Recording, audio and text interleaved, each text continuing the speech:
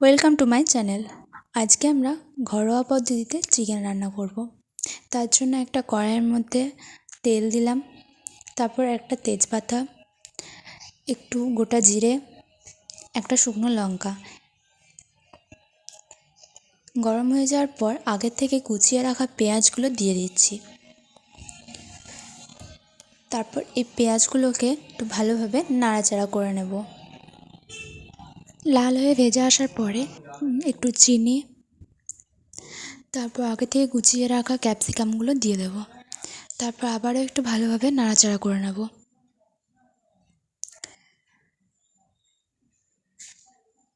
ভালোভাবে ভেজে নেওয়ার পরে একটু আদা বাটা, রসুন বাটা, আমাদের বাড়িতে সাধারণত আদা বাটা রসুন বাটাটা একসাথেই করে দেয়। তারপর মিক্স মশলা, লাল লঙ্কা গুঁড়ি, জিরে গুঁড়ো,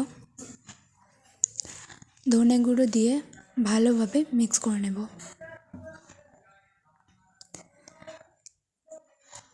তারপর দিয়ে দেবো একটু চিকেন মশলা, তারপর কাশ্মীরি লাল লঙ্কা গুঁড়ি। আবার এই সমস্ত কিছুকে ভালোভাবে মিশিয়ে নিতে হবে।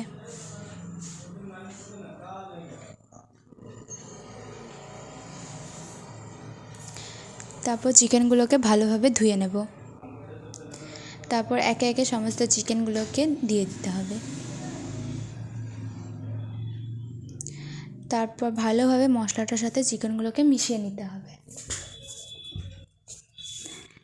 সমস্ত চিকেনগুলো ভালো করে মশলাটার সাথে মিশিয়ে নেওয়ার পর একটু হলুদ দিতে হবে,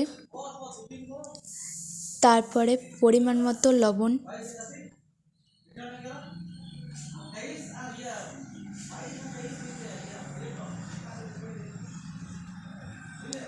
ভালোভাবে মিশিয়ে নেওয়ার পর টমেটো কুচি দিয়ে দেবো। আবারও সমস্ত উপকরণগুলো ভালোভাবে মিশিয়ে নিতে হবে। তারপর আগে থেকে ভেজে তুলে রাখা আলুগুলো দিয়ে দিচ্ছি। তারপর ঢাকা দিয়ে কিছুক্ষণ ফুটিয়ে নেওয়ার পরে একটু সামান্য জল বেরোবে। তারপরে গোলমরিচ গুঁড়ো, আগে থেকে ফুটিয়ে রাখা গরম জলটা দিয়ে দেব এবং ঢাকা দিয়ে নামিয়ে নিলেই হয়ে যাবে ঘরোয়া পদ্ধতিতে চিকেন রান্না। খুবই সহজভাবে এই পদ্ধতিতে তৈরি।